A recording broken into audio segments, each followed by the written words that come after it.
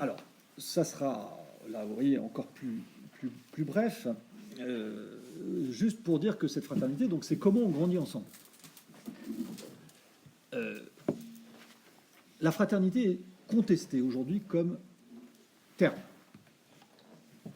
Elle est contestée. D'un côté, il y a les féministes lui objectent, à juste titre, que la cité n'est pas composée que de frères, mais qu'il y a aussi depuis peu quelques sœurs. Et de l'autre, elle est contestée par les penseurs libéraux qui reprochent à la fraternité d'être paternaliste et charnelle, voire un peu religieuse, puisque c'était les frères, c'est les moines quand même au départ.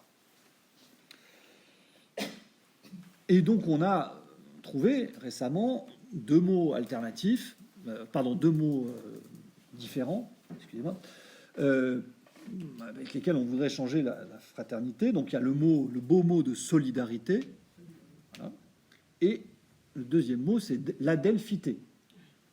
Voilà. Proposition récente du Haut Conseil à l'égalité.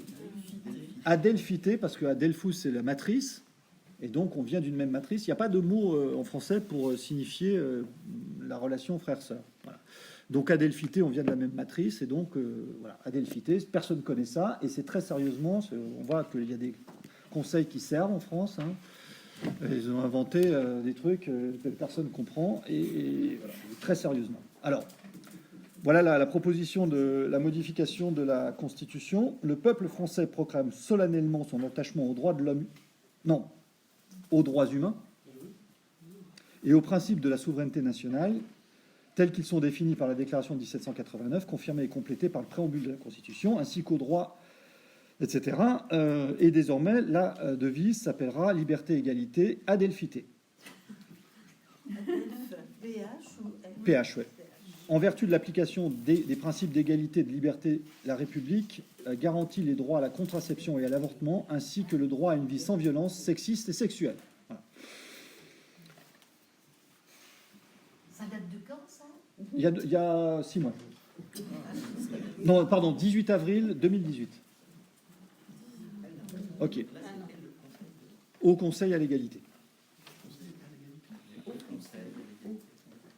Deuxième solution de repli, la solidarité.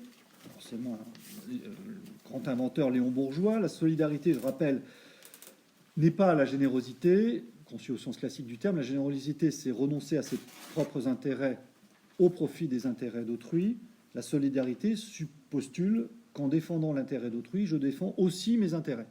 C'est l'idée de solidus, solide, c'est-à-dire quand je touche un côté, je touche aussi l'autre. Donc la solidarité repose sur un calcul d'intérêt. Alors simplement, ce calcul d'intérêt ne se limite pas aux intérêts purement financiers, parce qu'on peut considérer qu'il y a plein de choses importantes dans la vie, la convivialité, etc. Alors face à ces deux solutions, je voudrais défendre l'idée de fraternité, très fermement. La solidarité est un beau mot, je n'ai pas de reproche profondément, mais vous allez voir pourquoi je trouve qu'il faut défendre la fraternité impérativement. L'adelphité, on est clair, c'est absurde. Non pas c'est absurde par l'idée, mais c'est absurde par le mot. Un mot que personne ne comprend ne peut pas constituer une devise républicaine. Enfin, les gens sont complètement à l'ouest quand ils font ça. C'est vraiment des philosophes, quoi.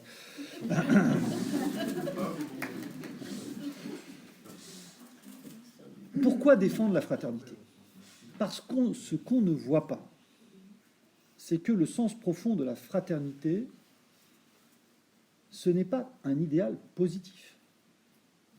La fraternité, ce n'est pas simplement s'aimer comme des frères, c'est aussi et peut-être surtout se détester comme des frères. Je parle sous le contrôle de mon frère, que j'aime beaucoup. C'est ça, Caïn et Abel, Romulus et Rémus. La fraternité se construit sur l'idée que le fratricide est possible. Et c'est ça qui en fait la profondeur, c'est ça qui en fait le sens. Elle pose, cette fraternité, la question politique par excellence. Qui n'est pas la question de dire ah, on va vivre ensemble, le vivre ensemble. C'est pas le problème, le vivre ensemble. C'est vivre ensemble avec un voisin qui fait de la cuisine, de son barbecue, qui ça pue, et qui fait du bruit le dimanche, et que j'ai envie de tuer. La politique, c'est comment vivre ensemble sans s'entretuer. C'est ça le problème politique. Et c'est pour ça que la fraternité nous pose le problème. C'est un grand mot parce que la fraternité, c'est tragique. La fraternité est à la fois le problème et la solution. La solidarité est la solution. C'est très bien. Et c'est très raisonnable. Mais la puissance du mot fraternel, c'est que les frères s'entretuent, veulent s'entretuer. Et cette dimension tragique ne doit pas être évacuée. Et dans l'histoire littéraire de l'humanité, sauf à des inventions qui peuvent arriver, j'espère qu'elles arriveront, pour le moment, les grands mythes, les grandes histoires, ce sont des frères qui s'entretuent. Alors le jour où on inventera des... Vous voyez, Antigone, elle arrive après. C'est pas Antigone qui a tué ses frères. Elle arrive après. Et Théocle et Polynice se sont entretués. Donc la fraternité couvre un ensemble du champ de la politique avec tous ses inconvénients. Elle n'est pas universelle. La politique dit que voilà, il faut des communautés, la famille, le village. Dominique, le village. Les gens, être maire d'un village, c'est pas faire l'expérience de la fraternité au quotidien. Enfin, je sais pas. Elle envisage des conflits, la guerre civile. Elle contient l'idée aussi de sacrifice ultime, c'est-à-dire l'idée de frères d'armes, qui est plus positive, mais qui est aussi tragique. Se sacrifier pour ses frères. Ce que la solidarité ne peut pas concevoir. Vous voyez, quand vous dites solidarité, vous n'allez pas vous sacrifier pour l'autre. Je défends mes intérêts en défendant ceux des autres. Fraternité, il y a l'idée du sacrifice ultime. Donc vous voyez, il y a une richesse sémantique, mythologique, archétypale dans l'idée de fraternité que l'adelphité ne sent pas absolument contenir, et que la solidarité, qui est gentille, enfin je veux dire, c'est bien la solidarité, mais il y a cette dimension existentielle profonde qui n'est pas présente. Voilà. Donc, je défendrai, du fait de son côté négatif, très profondément la fraternité. Parce qu'elle montre que la vie collective, c'est pas facile. C'est dur. C'est pas un long fleuve tranquille, exactement. Et qu'il va falloir, c'est une sacrée exigence. Et dire à quelqu'un, voilà, nous sommes frères, c'est pas un truc qu'on dit à la légère. Ça veut dire vraiment des choses très profondes. Être solidaire, quand on fait de l'assurance, on est solidaire. Voilà. Bon, franchement, est-ce qu'on a envie d'avoir des relations avec les autres en termes de solidarité, d'assurance simplement? Ça va pas. Vous voyez, donc c'est un mot qui est un mot très très puissant, très profond. Ce qui, et je conclus par là, nous oblige, si on veut être de bons frères et sœurs, là je mets le mot féminin dans l'affaire, c'est d'abord parce qu'il faut que nous soyons individuellement adultes. Nous avons à être adultes. Et là, le grand défi de l'humanisme, pour qu'on puisse vivre ensemble, il ne faut pas qu'on soit des enfants, il faut qu'on soit des adultes. Et là se pose le problème par excellence de la démocratie. La démocratie, c'est le gouvernement du peuple, par le peuple, pour le peuple. Très bien. Et ça contient deux termes. Peuple, démos, et kratos, pouvoir. Et l'énigme de la démocratie, c'est de trouver la capacité collective d'agir. Comment on agit entre adultes consentants. Et la première caractéristique, c'est pour ça que je défendais dans mon dernier livre l'idée que la première caractéristique de la citoyenneté, ce n'est pas la désobéissance, mais c'est l'obéissance. Voilà. Parce que obéir, c'est faire attention au fait qu'il y ait des autres. Obéir au sens étymologique, c'est prêter l'oreille. Je prête l'oreille à le fait qu'il y a du réel, il y a des autres, mais je ne donne pas ma volonté. L'obéissance n'est pas la servitude. Et Rousseau le dit très clairement. Un peuple libre obéit mais ne sert pas. Un peuple libre obéit mais ne sert pas. Parce qu'il a des chefs, il n'a pas de maître. Parce qu'il a des chefs, il n'a pas de maître. Si on défend l'idée que la citoyenneté, c'est l'obéissance, la désobéissance, nous ne pourrons pas vivre ensemble. Pardon, je vais même plus loin. Si on défend l'idée que la citoyenneté, c'est l'insoumission, nous n'avons aucune chance de pouvoir vivre ensemble. C'est simplement ça. Le jour où les insoumis arrivent au pouvoir, je leur souhaite bon courage. C'est quand même pourtant ce qui est arrivé en Inde, avec Gandhi et la désobéissance civile. S'il n'y avait pas eu la désobéissance civile, jamais l'Inde n'aurait obtenu son indépendance et jamais le colonialisme britannique aurait été exclu.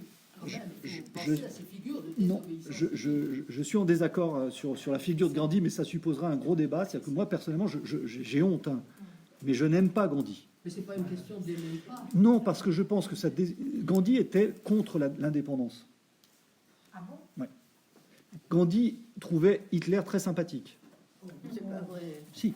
Et je veux dire, voilà, j'ai un peu travaillé la biographie de Gandhi, et c'est vrai que j'ai été moi-même un peu étonné et un peu effrayé du fait que Gandhi est un mystique, voilà. Et sa désobéissance civile et sa pacification a été. La personnalité de Gandhi, l'Inde l'a suivi et a obtenu son indépendance Nehru. grâce à lui. C'est Nehru. tout ce que je voulais dire. C'est Nehru.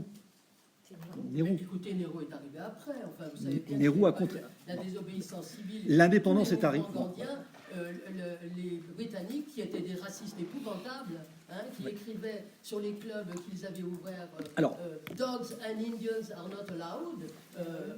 Bon, il faut quand Alors- même qu'a fait Churchill en Inde. Enfin, Oui, il oui, faut aussi on est remettre d'accord. les choses, Alors- les horloges à l'heure tout de même. Hein. Je On vais. peut pas supporter d'entendre ça. Je vais juste pour qu'on, parce que le débat, c'est un débat historique qu'on ne peut pas mener ici, mais pour trouver un terrain d'entente. Pour installer la démocratie, la désobéissance est nécessaire. Absolument. Voilà. La démocratie a commencé par les désobéissances. Une fois que la démocratie est installée, l'obéissance est nécessaire. Voilà. On peut se mettre d'accord là-dessus. C'est à l'idée que une fois que la démocratie est installée, le geste de la désobéissance risque de mettre en péril. Aujourd'hui, la désobéissance est revendiquée par qui? Par les adversaires de l'avortement, qui veulent désobéir. Par les professeurs qui considèrent que les programmes actuels d'économie, d'histoire sont fascistes et qui veulent désobéir. Par, voilà, n'importe qui. Je suis en désaccord, donc je désobéis. Comment peut-on vivre ensemble en démocratie avec ces règles? Je laisse de côté le personnage de Gandhi parce que je vous l'accorde, je te l'accorde, Françoise. La désobéissance est nécessaire. Il faut évidemment critiquer le régime absolutiste, le régime traditionnel, le régime colonialiste pour faire advenir la démocratie. Voilà. Donc là, on sera d'accord. Mais en démocratie, par exemple, quelqu'un comme Thoreau me paraît profondément contradictoire. Et ouvrir la place à un univers de contestation permanente qui va rendre la vie collective impossible. Voilà. La désobéissance civile peut être un acte d'art politique. C'est-à-dire qu'on peut, sur certaines causes, et par exemple, ça a fonctionné et c'était légitime aux États-Unis à l'occasion des droits civiques, c'est un acte d'art politique. Mais d'en faire un principe de la démocratie va nous plonger dans le chaos total. Et on n'y est pas loin parce que c'est le règne, et d'ailleurs c'est ce que disait commentaire sur c'est le règne du grand individualisme. C'est le règne du grand individualisme. Tout le monde peut désobéir. Excusez-moi, vraiment. En dessous de tout. Je suis en dessous de tout. Sans parler du fait que c'est un mot gentil quand on parle de désobéissance, mais in fine, ça conduit à la justification de la violence. Au moment des Gilets jaunes, il y a eu beaucoup de débats où on a trouvé, à ma grande stupéfaction, de nombreux intellectuels, a priori, qui me paraissaient assez raisonnables et modérés, faire l'apologie de la violence au nom de l'idée, effectivement, que pour l'avènement de la République, la Révolution française, etc., la violence était nécessaire, ou a été nécessaire dans l'histoire, ou a pu apparaître comme nécessaire, ou a pu apparaître comme justifiée. On disait, ben voilà, la violence des Gilets jaunes, elle est nécessaire aussi, c'est une forme de désobéissance extrême, Enfin bon, au final, l'apologie de la désobéissance, ça aboutit forcément à la justification de la violence. Non, parce que chez Gandhi, c'était le contraire. Oui, c'est possible. Il faut quand même. Non, mais c'est moi, je possible. parlais Mais- de désobéissance civile. Et justement, le mot d'ordre, c'était l'absolue non-violence. Oui, mais Oui, mais ça n'a pas été le cas. Là, c'est pas du tout La histo- l'agitation, Après, c'est la morale de à la fin. Chacun devient juge de si la désobéissance doit être non violente ou violente. Mais si on érige la désobéissance en principe, forcément, ça veut dire que chacun, si je puis dire, est juge des moyens qu'il va utiliser pour désobéir. Les amis, est-ce que vous laissez terminer Pierre-Henri? Après, on... Hein? D'accord. Allez. 2 points très rapides. Cette obéissance, évidemment, on peut dire, mais voilà, on rentre dans un système de paternalisme. C'est-à-dire qu'il y a des gens qui obéissent, puis il y a des gens qui, malgré tout, gouvernent. La démocratie, c'est un pouvoir. Et j'insiste, alors là, justement, l'élément de désaccord, c'est un pouvoir. Et si on supprime ce pouvoir, on supprime la démocratie, me semble-t-il. Du coup, certes, c'est un paternalisme, mais vous voyez, c'est l'argument d'Aristote qui disent en démocratie, ce sont les mêmes tour à tour qui, à tour de rôle, obéissent et gouvernent. Et donc, le principe de rotation des charges en démocratie est essentiel, parce qu'évidemment, ce serait paternaliste si c'était toujours les mêmes par essence qui gouvernaient, mais comme la démocratie est le seul régime qui organise la limitation des mandats, le seul régime, la seule méthode, il n'y a pas d'équivalent. On peut faire du coup d'État, c'est fonctionner, mais à Rome, par exemple, 70% des empereurs ne sont pas morts dans leur lit. Ils ont été assassinés. La démocratie organise la rotation pacifique des charges. Vous n'avez pas d'autres régimes qui le fassent. Ce système, c'est effectivement un système de rotation. Donc, idée, 3 exigences. Comment on devient adulte individuellement? C'est déjà un boulot. Avec Eric, on a écrit un livre sur justement cette définition de l'adulte. Et on sait que voilà, être adulte, c'est pas simplement être tout puissant, c'est pas tout savoir, c'est exactement le contraire. Être adulte, c'est le moment où on devient adulte, c'est le moment où on s'aperçoit qu'on ne sait pas tout. C'est le moment où on s'aperçoit que la vie est un peu cruelle. C'est avoir la culture générale. La culture générale, c'est mesurer l'ampleur de son ignorance. Ce que ne peut pas faire une machine. Une machine sait, mais ne sait pas ce qu'elle ne sait pas. Être adulte, c'est aussi se décentrer. C'est pour ça que la principale expérience qu'on dit de l'adultité, c'est la parentalité. Ce qui ne veut pas dire que tous les parents sont adultes et tous les adultes sont parents, on est bien d'accord. Bon, mais c'est l'expérience du décentrement où on se dit, dans ma vie, il y a quelqu'un qui m'a aidé alors que j'étais jeune, prétentieux, ambitieux, et qui m'a dit, malgré tout, je te fais confiance. Et à un moment donné, c'est à son tour de le faire. Se décentrer de soi pour s'ouvrir un peu sur les autres. Avec cette conviction, encore une fois, qu'on ne peut grandir qu'en faisant grandir les autres. Et c'est en faisant grandir les autres, par exemple les enfants, qu'on devient soi-même adulte. Voilà la maxime de la démocratie.